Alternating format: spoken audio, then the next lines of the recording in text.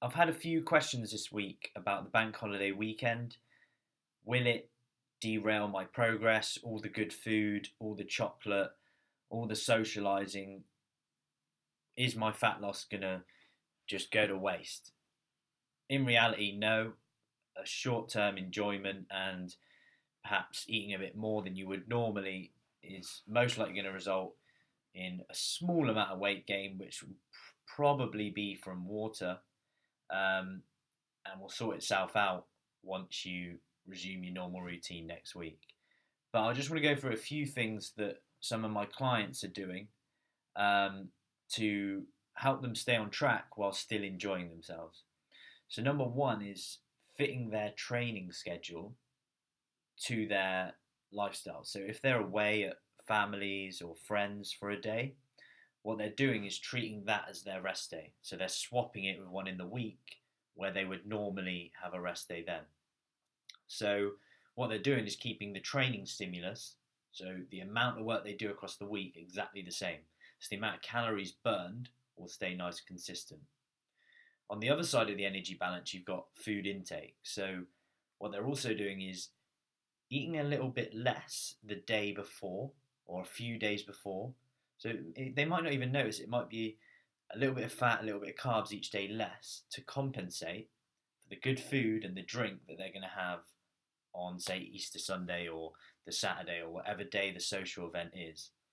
So, what this will do is allow them to enjoy themselves whilst keeping their energy intake across the week very consistent. So they'll still be on track across the week. They might have a little bit of fluctuation throughout the week, but if you're assessing things on a regular basis throughout the week, taking averages, for example, of your body weight and how you feel, how your clothes fit, it should average out over time. So from that point, I want you to just to think about measuring calories and energy intake and progress across the week rather than maybe on a day by day basis. This just gives you that flexibility. With regards to the actual meal itself or the social event itself, think meat and vegetables first. So we know that protein is the most filling macronutrient. It will make you feel satisfied. You're less likely to pick at other stuff that might be more higher in energy, higher in calories. Again, vegetables full of fiber. It's going to help keep you full up, and then you can go for more sweet treats afterwards and your carbohydrate, fatty foods from there. So on top of this, you think about your water intake. We often mistaken being thirsty for being hungry. So it's just a simple one. Just make sure you're drinking enough water because you're likely going to be drinking alcohol, so you might actually forget to drink enough water that day. So just make sure you're drinking enough water as well. Other tips include going for a walk and just kind of getting out of the kitchen and just to change the environment. Sometimes we're just picking because it's there.